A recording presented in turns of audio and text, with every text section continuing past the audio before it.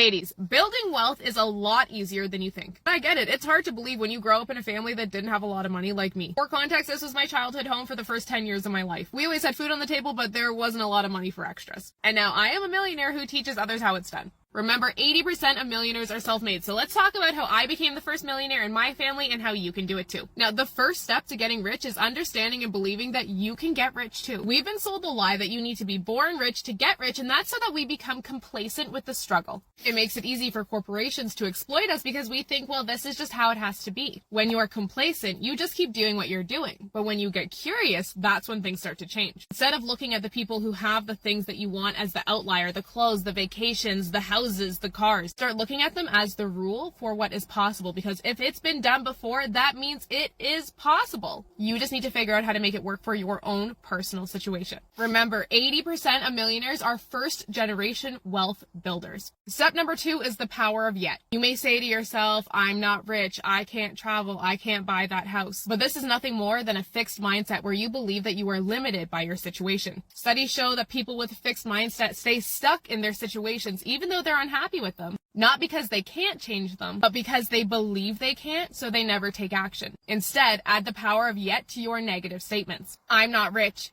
Yet. I can't travel. Yet. I can't buy that house. Yet. By incorporating the power of yet, you're going to prime your brain to start looking for opportunity. Instead of looking at a challenge and seeing all of the ways that you can't, get curious and start thinking about all the ways you can. A growth mindset knows anything is possible with the right timeline, knowledge, energy, passion, and grit, and that's why they make things happen. That's why they're successful. Point number 3, stop trying to work harder. The rich don't work harder, they work smarter, and if you want to be rich, you have to do what the rich do.